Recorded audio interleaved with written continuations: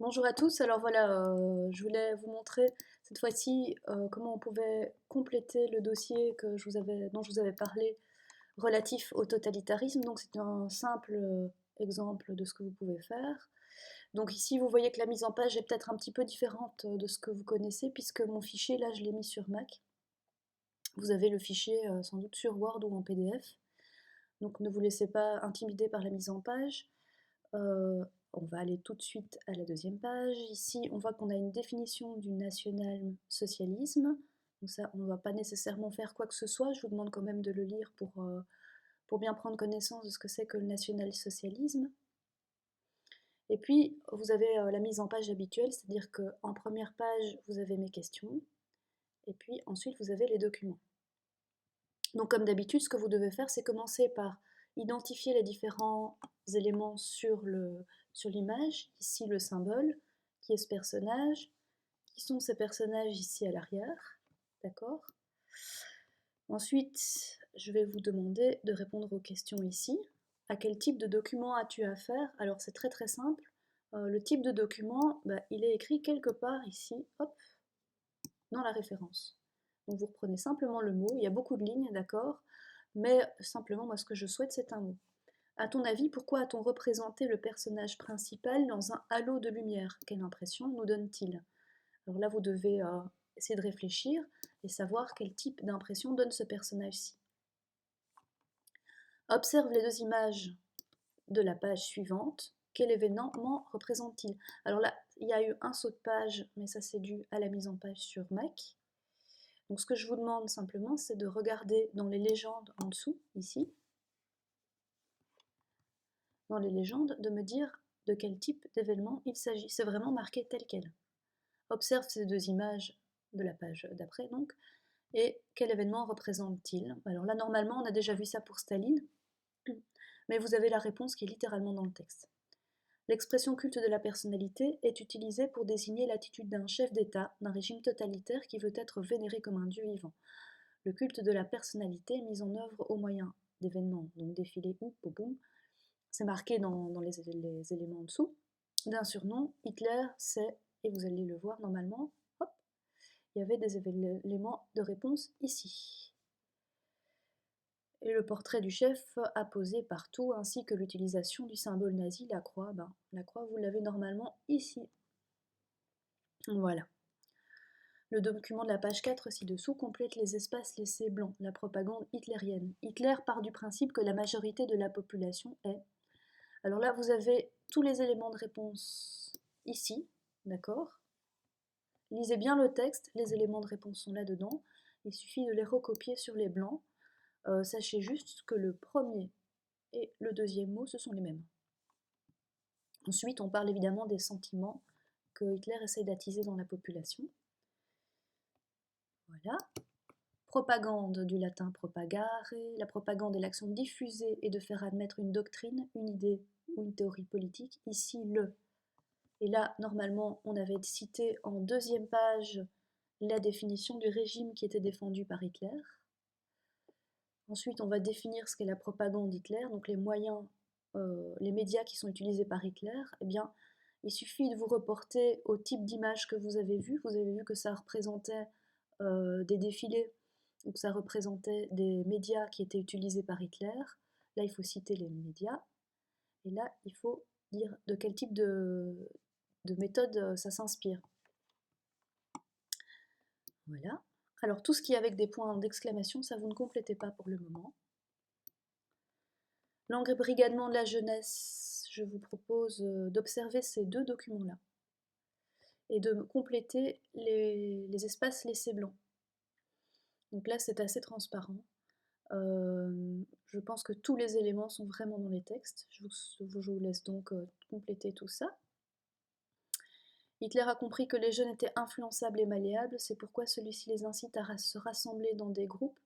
Les ou les, là le nom des groupes sont cités juste au-dessus. D'ailleurs, vous les avez déjà recopiés un petit peu au-dessus normalement, là. Voilà. État policier, normalement, vous avez toutes les informations qui sont dans la vidéo ici. Donc il s'agit juste de taper totalitarisme nazi terreur. Et vous avez les informations qui se trouvent de la minute 1 à la minute 13 normalement. Ça vous permet de compléter toutes les informations que vous avez ici. Alors, je vous le dis tout de suite, les images sont assez dures. Donc voilà, je vous envoie quand même sur des vidéos un petit peu compliquées, quoi. Ici, le peuple sous surveillance, il suffit simplement de recopier les noms que vous avez ici et de les mettre ici à côté, d'accord? Regardez bien ce que sont ces types de personnes ici dans le régime nazi. Alors un asocial par exemple, ce sera considéré comme un SDF. Donc on aurait dit un SDF à l'heure actuelle. Un apatride, c'est un Rom ou un Tzigane. Si vous avez un Tzigane, donc c'est un Rom. Les droits communs, ce sont des prisonniers en général. Et le reste, ça reste assez transparent. Voilà, il suffit simplement de recopier. Ici, vous avez un exercice qu'on donnait aux enfants qui est assez horrible. Et je vous demande de citer les 3 catégories de personnes qui coûteraient le plus cher pour la société allemande. Ensuite, donc c'est dans le texte en dessous, hein. Ensuite, je vous demande de les opposer, pourquoi on les oppose à un apprenti ou un jeune ménage.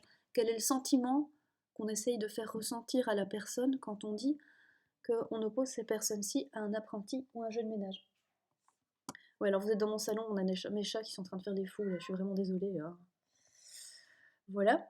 Alors, un malade mental coûte quotidiennement 4 millions de Reichsmark, un infirme 5,50 millions de Reichsmark, etc.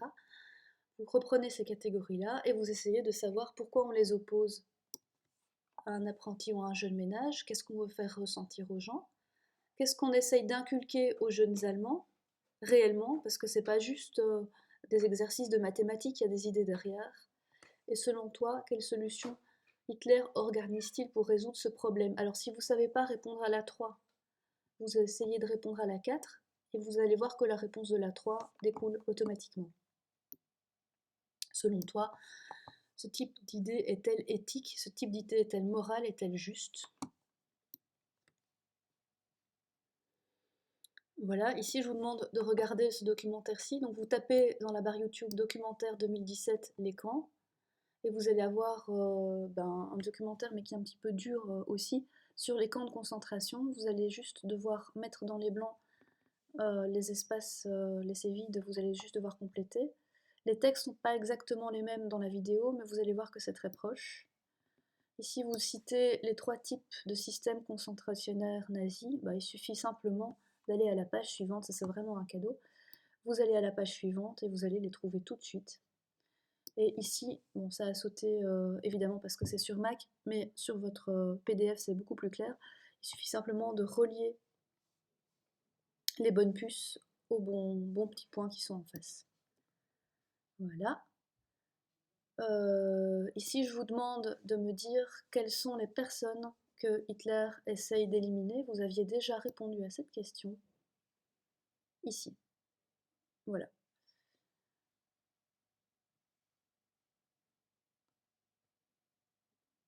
Dans le cas des handicapés, une circulaire de 1939, etc. Hitler met en place un système concentrationnaire. Ce système existait déjà dès 1933. Il est perfectionné par Heinrich, etc. Alors là, ici, vous avez toutes sortes d'éléments à noter. Et c'est basé sur la vidéo que vous avez vue ici. Voilà. Ici, évidemment, ça, vous laissez tomber. Et vous avez fini le texte. Voilà. Écoutez, j'espère que vous vous portez bien.